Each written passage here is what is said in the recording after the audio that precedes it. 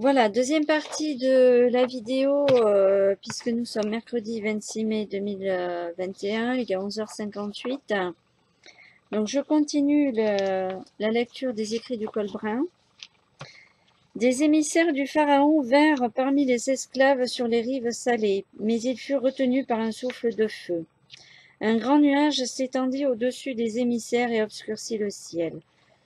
Âme sensible s'abstenir de regarder ou d'écouter cette vidéo, d'écouter cette vidéo, je rappelle. Donc il n'était plus possible de voir l'exception des lueurs ardentes provenant des éclairs incessants du couvert nuageux. Une tornade se souleva dans l'est et balaya les campements. Des rafales de vent ragèrent toute la nuit, et dans la pénombre rougeâtre il y eut un mouvement de la terre, et les eaux se retirèrent des côtes et roulèrent sur elles-mêmes. Il y avait un étrange silence, et les hommes dans la pénombre s'aperçurent que les eaux s'étaient retirées, laissant un passage entre les deux.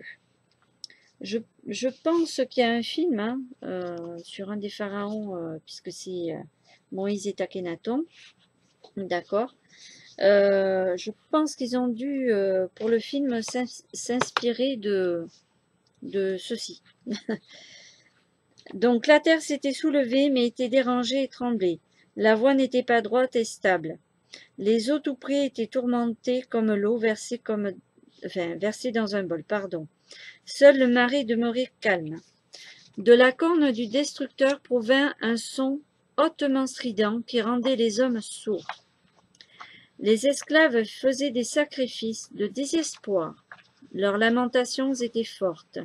Et juste avant la vision étrange, il y eut une hésitation, un doute, et pour l'espace d'un respire, tout cessa de bouger et demeura silencieux. Et tout changea et devint cri et confusion, certains poussant vers l'avant pour entrer dans l'eau, alors que d'autres reculaient pour échapper au sol instable. Alors, en exaltation, leurs leaders les conduisirent à travers l'eau. Plusieurs retournèrent à l'invitation de l'émissaire derrière eux, alors que d'autres s'échappaient vers les rivages sans eau.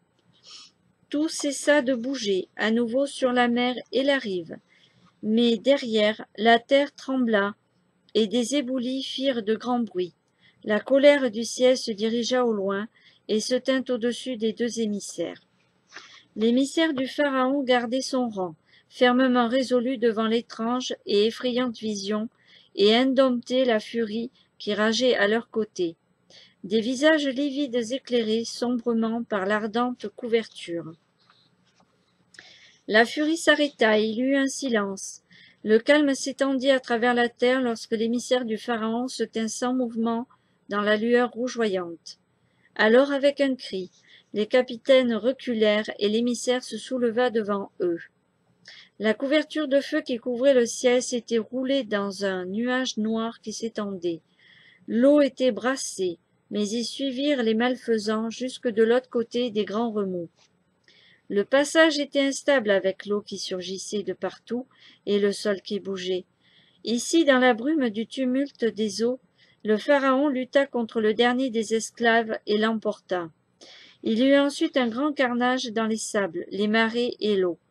Les esclaves criaient au désespoir, mais leurs cris restaient sourds. Leurs possessions furent laissées derrière eux, alors qu'ils s'échappaient. Le chemin était plus facile pour eux que pour ceux qui suivaient. Le calme fut brisé par un puissant rugissement qui descendit à travers les piliers tournants de nuages de la colère du destructeur jusque sur les hommes. Les cieux rugirent de milliers de tonnerres. Les entrailles de la terre se nouèrent et se déchirèrent dans l'agonie. C'est normal, les énergies gazeuses avec la terre et tout, c'est l'oxygène, enfin bref, ça fait ceci. Les cieux rugirent de milliers de tonnerres, les entrailles de la terre se nouèrent et se déchirèrent donc dans l'agonie. Les montagnes étaient écrasées au sol, le sol sec descendit en dessous des eaux, et de grandes vagues se brisèrent sur les rives, balayant les roches de la mer. La grande vague de roches et d'eau surprit les chariots des Égyptiens, qui allèrent devant les hommes à pied. Le chariot du pharaon fut lancé dans les airs comme l'aurait fait un bras puissant, et fut écrasé dans le tourbillon des eaux. Les nouvelles du désastre revirent par Ragheb, fils de Thomas, qui se hâta devant les survivants terrifiés à cause de ces brûlures. Il ramena la nouvelle aux gens que les émissaires furent vaincus par l'explosion et le déluge. Le capitaine partit, les hommes forts tombés, personne ne demeurait aux commandes. Et les gens se révoltèrent à cause de toutes ces calamités qui leur tombaient dessus. Les lâches sortaient de leur tanière pour assumer leur haut office aux morts. Les gentils et les nobles ayant perdu leur protecteur devenaient leur proie. La plus grande partie des esclaves avait péri devant le pharaon. La terre d'aucune aide gisait, et les envahisseurs sortirent de l'obscurité comme des charognes. Des étrangers attaquèrent l'Égypte, et aucun ne se battit. La force et le courage s'en étaient allés. Avec ce qui s'est passé, on peut bien comprendre. Les envahisseurs conduits par Alkénan, arrivés de la terre des dieux d'où ils durent s'échapper suite à la colère du ciel, ayant détruit leur terre. Là-bas aussi, il y avait eu une infestation de reptiles et de fourmis, les signes et présages et tremblements de terre. Il y avait eu aussi beaucoup d'agitation et de désastres, de désordre et de famine, avec le grand souffle du destructeur balayant le sol et arrêtant la respiration de l'homme. Antura rassembla les restes de ses hommes de combat et des hommes de combat qui furent laissés en Égypte, et s'organisa pour rencontrer les enfants de l'obscurité qui sortirent des montagnes de l'Est par les terres sauvages et par le chemin de Yethnobis. Ils tombèrent sur la terre derrière le grand nuage gris, avant la grande obscurité et la venue des vents purifiants. Ragheb s'en alla avec le pharaon et rencontra les envahisseurs à Hérocher. Mais le cœur des Égyptiens n'y était pas. Leurs esprits n'avaient plus de force, et ils se sauvaient avant que la bataille ne fût perdue. Abandonnés par les dieux d'en haut et d'en bas, leur campement détruit, leurs maisons ravagées, ils étaient déjà à moitié morts. Donc là, ils décrivent bien l'Égypte haute et l'Égypte basse, puisqu'il y avait deux pharaons. Leur cœur demeurait empli de terreur à la mémoire de la colère céleste qui les avait frappés.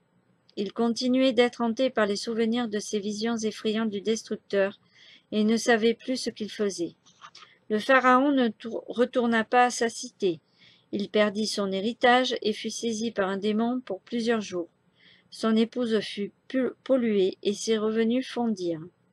Les enfants de l'obscurité défilaient au temple avec des bâtons et enlevaient les femmes qui ne résistaient pas. Ils mirent en esclavage tous ceux qui demeuraient, les vieux, les jeunes hommes et les garçons.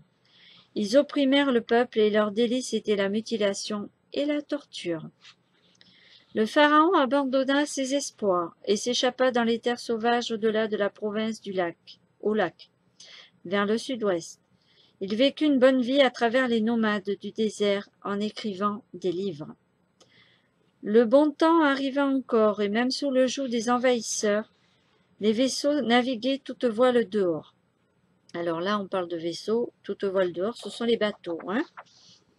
L'air était purifié et le souffle du destructeur était passé, et la terre devint à nouveau florissante. La vie était renouvelée à travers toute la contrée. Kalr enseigna ces choses aux enfants de la lumière, durant les jours d'obscurité, après la construction de Rambutep et avant la mort du pharaon Angep. Ceci est écrit dans cette terre et dans notre langue par l'Évédar, qui a choisi lui-même de le sauvegarder. Il ne fut pas revu jusqu'à des jours récents. Alors, c'est un extrait. Par contre,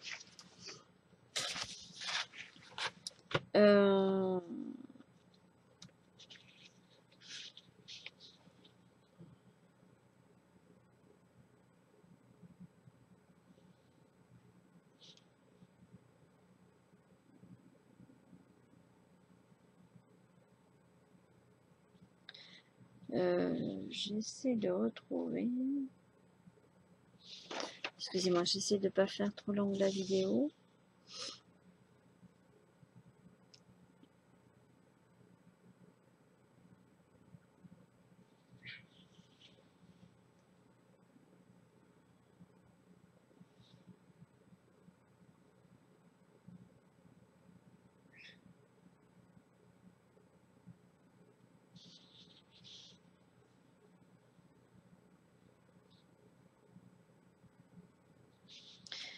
c'est vrai qu'il y a une dédicace. Cette œuvre est dédiée aux hommes et aux femmes qui servent leur Dieu avec la bonté dans le cœur, à la promotion de l'amour véritable et à la consolidation des familles, à travers le resserrement de l'éthique familiale et des valeurs morales traditionnelles, à la poursuite de toute chose qui conduit à une amélioration des individus et à l'avancement de l'humanité, au rehaussement de la bonne volonté inhérente à la race humaine et à la préservation de toutes les grandes réalisations du passé qui continuent à desservir la cause du bien. Bon. Il me semble avoir lu un passage, mais je crois que je ne l'avais pas fait pour que justement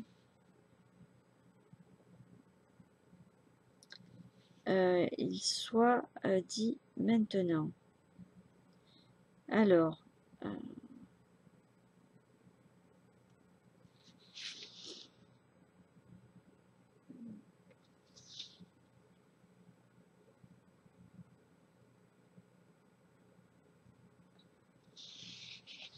je vais voir, j'espère que je vais arriver à retrouver ce passage. Parce que justement, c'est ce qui est dit d'ailleurs dans la Bible. Hein. Il y a certains passages du manuscrit du Colbrin pardon, où on le retrouve dans la Bible. Hein.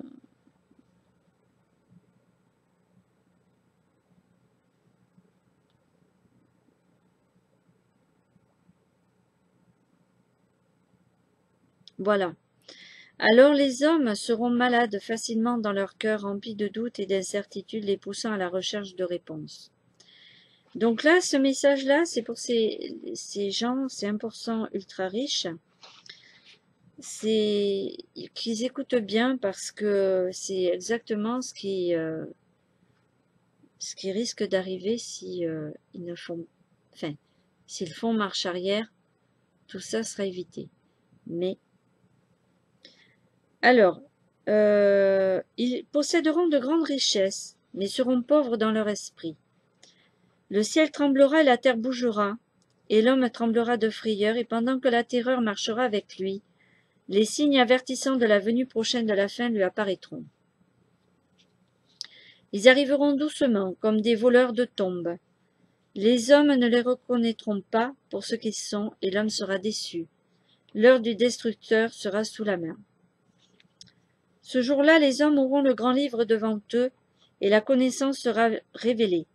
Les choisis seront rassemblés. C'est l'heure du jugement. Les sans-peur et les hommes au cœur de Malte survivront et ne seront pas détruits. Grand Dieu de tous les âges, commun à tout et qui définit les épreuves de l'homme, aie pitié de tes enfants.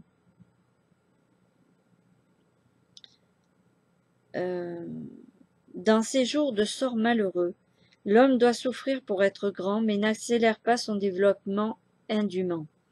Durant cette période de vannage, ne sois pas trop dur sur les moindres parmi les hommes. Même le fils d'un voleur est aujourd'hui devenu votre scribe.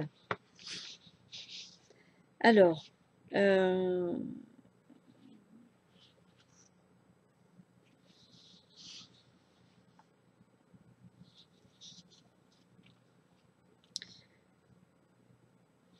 donc, il y avait une phrase.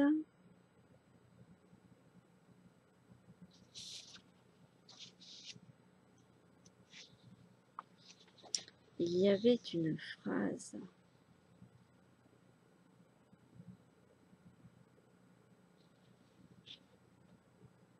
Et j'aimerais la trouver avant de vous dire.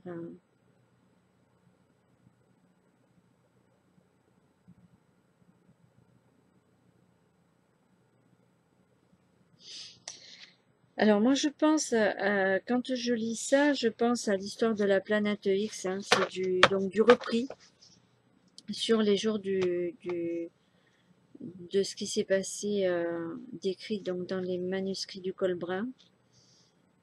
Euh,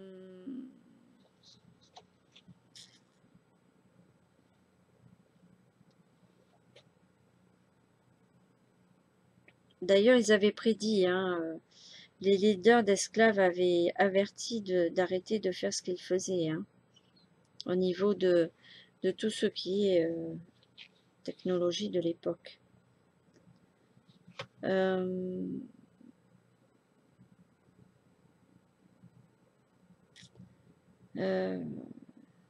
alors, voyons. Bon, je pense que si j'arrive pas à trouver la bonne phrase, j'en suis à la combien?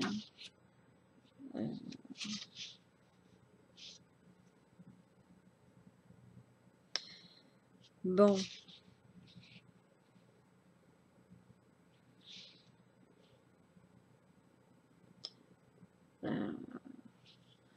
En fait, j'arrive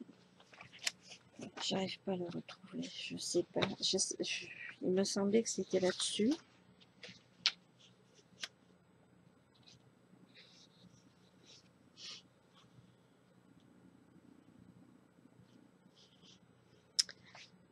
En fait, ce que j'avais trouvé sur un autre papier, c'est qu'en fait, tous les riches devenaient pauvres et tous les pauvres devenaient riches. Quand il y a un changement, bouleversement physique au niveau de la Terre, c'est l'inverse qui se produit. D'accord? Donc, l'histoire de faire des catastrophes, de les provoquer alors qu'il y a des avertissements, et c'est ce que fait Patrick Bouvier, ainsi que moi-même depuis pas mal d'années, depuis quand je fais les vidéos que j'avais décidé, ça remonte à 2014, 2015, 2012, oui, que j'ai commencé à parler de mes expériences. Et puis c'est vrai que j'aimerais que ces gens-là comprennent que ça ne sert à rien d'aller détruire, d'envoyer un sous-marin, surtout américain. Donc je pense que c'est l'équipe mauvaise qui fait ça, parce qu'ils n'arrivent pas à avoir sûrement les richesses, puisque à l'heure actuelle on parle bien des richesses au niveau du pôle nord de la Sibérie par rapport à la Russie, tout ce petit fromage découpé qui fait que ça fait fond, parce que ça fond. Il faut que vous sachiez que le réchauffement climatique, ce n'est pas simplement qu'une histoire de voiture, qu'une histoire de bouse de vache, de CO2. Il faut que vous compreniez que c'est la déforestation sur plein d'endroits sur la planète, ce qui perturbe le système du vivant. Donc, à un moment donné, bon, le réchauffement climatique, c'est pas que ça non plus. Nous savons effectivement que en Alaska, il y a une station qui émet des ondes pour modifier le climat. L'Éthiopie, d'ailleurs, j'ai pas été encore voir. Il va falloir que j'aille voir, faire des recherches. L'Éthiopie a mis en procès les États-Unis en 1985 parce que c'était une attaque de climat. Vous regardez vos nuages, s'il vous plaît, les gens, regardez les nuages. Demandez aux anciens comment étaient les nuages avant et qu'ils regardent les nuages de maintenant. Ça, c'est créé par l'être humain. Ce n'est pas créé par... Normalement, on a besoin des arbres pour pouvoir faire un équilibre.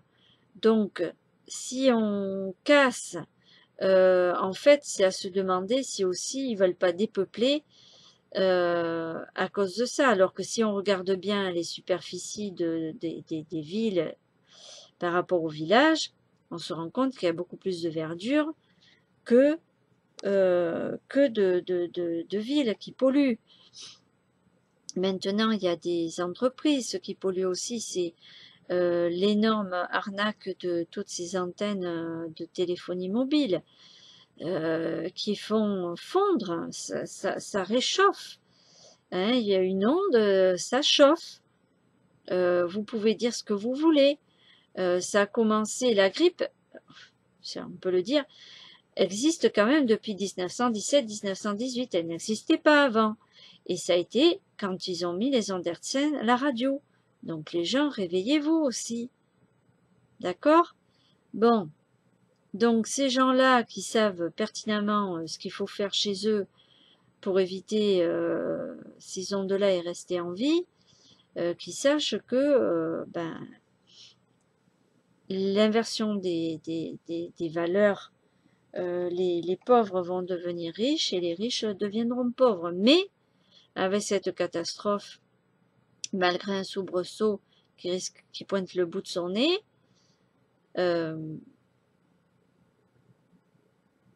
je pense que cette inversion ne se fera pas parce que de toute façon, les gens qui seront sauvés malgré un soubresaut qui va, parce que vous aurez fragilisé l'écorce terrestre, et il restera plus rien. Voilà, ça sera fini. Donc c'est à vous de rendre à César ce qui est à César, puisque j'ai une autre vidéo à faire là-dessus. Et puis voilà, mais qu'ils réfléchissent bien que leur histoire qu'ils ont montée depuis 2010 pour enrichir, pour faire de l'argent, pour enrichir les labos, parce qu'ils ont râlé, il y a des rapports dessus que j'ai lus, vous pouvez les trouver sur internet, veulent faire de l'argent parce qu'ils étaient un peu en faillite et que voilà. Donc créer de l'argent en faisant des choses malsaines comme ça, en général, ça se retourne parce que c'est vraiment de la méchanceté. Hein, voilà, donc va falloir bien réfléchir, s'il vous plaît. Et arrêter de créer de l'argent en faisant du mal aux gens parce que ça ne marche jamais. Voilà. Allez, pour que la vraie justice soit... À bientôt.